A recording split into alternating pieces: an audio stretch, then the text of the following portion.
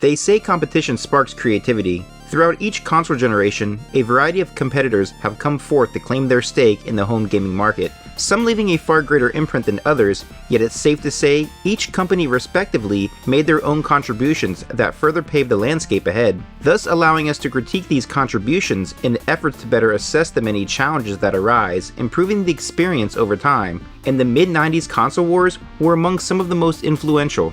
What made this time so special was that many franchises were now making the leap to multiple platforms, thus giving us a fresh perspective from both sides of the equation. Not only was it critical to pick your next dedicated console, but deciding which home port of release to go with would influence that decision. On one side, there was the Super NES, which was home to Contra 3 The Alien Wars, while over down the block, you had an entirely unique title with Contra Hard Corps on the Sega Genesis.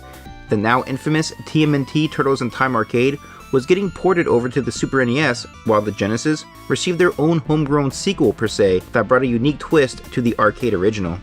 The Sega Genesis was also becoming marketed as the edgier, more mature platform as gamers more often than less searched out Sega software for titles such as Mortal Kombat, placing the blood and violence on full display.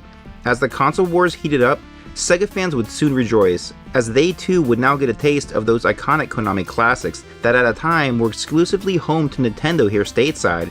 Roughly 2 years after the release of Super Castlevania 4, fans' wishes would be heard as the all-new Castlevania Bloodlines would debut on the Sega Genesis, and boy was the title indeed faithful to what was to come as the gore was on full display, and this time around, you wouldn't need a blood code to unlock it. Castlevania Bloodlines has to be one of the most graphic titles of the classic series. Some of the scenes are downright disturbing. Ravens pick away at the flesh and bones of rotting corpse, while bodies are hung up as decor like a scene from a horror flick. This also didn't star the family-friendly Simon Belmont, ready for that 3 p.m. meet and greet. No, this was John Morse and his bitchin' partner Eric Lacarde, a couple ordinary homies turned mercenaries, taking matters into their own hands, and boy did they ever, carving out a terrifying first impression. Speaking of this new duo, their conception would be greenlit as Konami now looked to expand on the franchise canon, fleshing out the lore a bit more. With the new cast making their debut, the idea was to bring fans a fresh new take on the Vania experience. This new blood would present fans with new gameplay features while retaining the strategic elements that made the previous entries so special. This would be accomplished by adding in our second main in Eric Lacarde, whom brought forth his own unique play features incorporated into the many stage themes throughout. This would allow for branching pathways and distinct routes of travel exclusive to his playstyle. Hell, the only thing missing here would be a McDonald's campaign and some sweet lock-on tech with the previous 4 entries, but I digress. There were some challenges that came about as the Genesis bared limitations, most notably through hardware specs and cartridge size. This became more apparent in development, especially when displaying colors and sound. Fear not, as the staff at Konami was well seasoned to the task at hand and made adjustments on the fly that not only enhanced the unique atmosphere of Bloodlines, but managed to allocate resources to add on an extra layer of polish to gameplay. To make this story a bit more simple to digest, Konami would now attempt to merge the concurrent Castlevania timeline with the Bram Stoker novel. After Dracula's defeat at the hands of Quincy Morris, his remains continued to plague the countryside. In the aftermath, the world's nations would see a short period of peace, attempting to maintain balance throughout the lands. As time passed, however, a series of unfortunate events led to feelings of distrust among various leaders in power. They feared war was inevitable, and sooner than later began forming various alliances. In June of 1914, the Crown Prince of Austria would be assassinated, resulting in an outpour of violence that swept the continent. At the core of this assassination was a young woman going by the alias Elizabeth Bartley, whom in a shocking twist of events turns out to be the niece of the old Count himself. You don't say. With the aid of the Dark Sorceress Stralta, they form a plan to spark war, seeking to resurrect Dracula, whom just so happens to be in need of a new body. Now single-handedly responsible for a world war, she intends to use the souls of the fallen to bring forth the Prince of Darkness once more. In order to conduct this ritual, she must now journey to England where Vlad's spirit patiently waits. It is here we are introduced to John Morse, Quincy's son and distant descendant of the House of Belmont. He's currently undergoing a ceremony that grants him the power to wield the legendary vampire killer. He is accompanied throughout by his partner Eric Lacarde, whom also claims a lineage to the Belmont crest, and recently fulfilled his role as a member of the Lacarde clan. Partnered up alongside Johnny, they journey across the lands of Europe in efforts to reach the ruins of Castle Dracula Dracula in search of Elizabeth. With that being said, let's now take a look at our new vampire hunters and decide for ourselves who's best equipped for the task at hand. Johnny Boy is our old faithful, equipped with the legendary vampire killer, bringing the hardcore roots of the NES trilogy anew. He feels and plays like Trevor did from 3, only with a few new upgrades. For one thing, the vampire killer now has an additional upgraded state, which radiates in power when fully charged. Capable of unleashing a special attack, Johnny can also swing from the ceiling to traverse the various pits beneath. If you jump and attack with a whip, you can also do an angled airstrike that will come in handy with enemies that float about in close proximity. Eric Lacarde rocks his trusty Alucard spear, which gives him a good deal of range with attacks, while additionally allowing him to pole vault to higher grounds. Sub-weapons also make a return through the use of axes, boomerangs, and holy water. Here they are used through means of currency in the form of gemstones that come in varying degrees of colors, each representing a specific amount of them. It's similar to the small and large hearts of old, with each requiring a specific amount of gems to activate. They can also be powered up to release an item crash of sorts on the many big bads you encounter. It's actually quite a nice addition to Bloodlines overall. On-screen sprites have now been deduced in size from our previous outing with Castlevania 4. What you get as a trade-off is faster paced gameplay. Additionally, where the sheer amount of stages feel limited here, 6 in total, their overall length are much larger in scale. Don't let the hardware limits fool you. Bloodlines is an amazing offering, giving us some outstanding visuals and beautifully detailed backgrounds that capture the story setting perfect. It's the tiny details that gets me in my Vania feels, from the gorgeous reflections across the water, or the way the stage set pieces become overly animated. There's unique twists on stage gimmicks with varying levels of depth throughout. The distinct sound only the Genesis can capture truly diversifies this experience. Not as rich in variety as the Super NES, but comes off more edgy in delivery only that sweet Genesis FM chip provides. Fun fact too is that the soundtrack for Bloodlines was done by Michiru Yamane, who would go on to compose the soundtrack for Symphony of the Night, a fan favorite of many. I'm a bit more of a Bloody Tears guy personally, so the Genesis remix here is brutally metal. Keep in mind that Castlevania Bloodlines also has a difficulty option, which is a first for the series, and a finite supply of continues to venture forward, so every move you make is vital. Well, don't worry too much, there is a password system after all, so you're in bloody good hands. As our story opens, our 2 new vampire hunters travel back to the ancient ruins of Dracula's castle. Surprisingly enough, you won't run into Dracula here, but the castle seems to be thriving and the inmates appear to be running the asylum in his absence. This must have pissed off our new duo because holy shit man, these guys are relentless. Talk about ruthless aggression.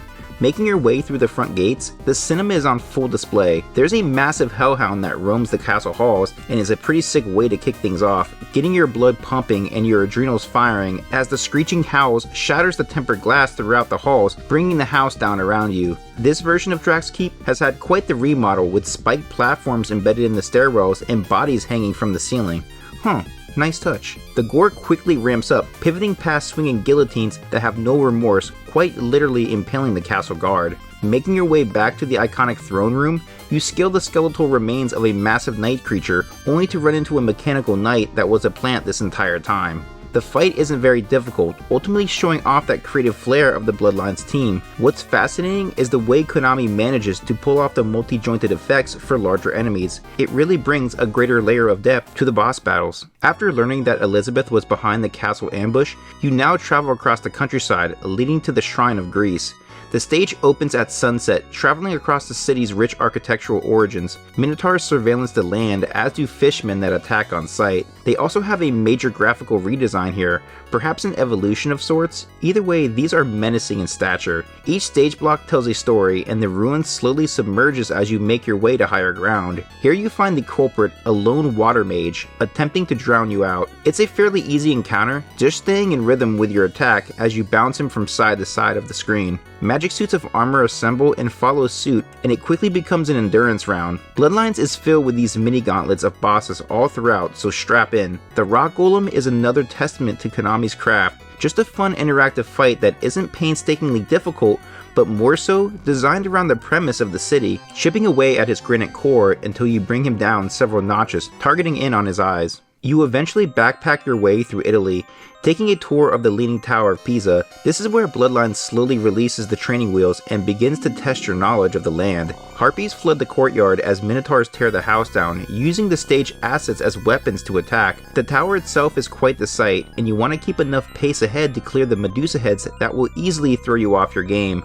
Depending on your character choice will dictate your path ahead, each carved out to complement your playstyle. Finding your way out will only press you to continually scale the tower, now carved in mechanical platforms and infantry, while a lovely gargoyle waits atop the tower. This is one of the trickier boss encounters, and keeping your legs planted good in center will save you from using a continue here. You can also kick the living shit out of this guy with Eric, performing a fury of pole vaulted attacks. Our next stop is a munitions factory in Germany, greeting you to a beautiful backdrop of the lands and a view of the Kat's castle in the far off distance.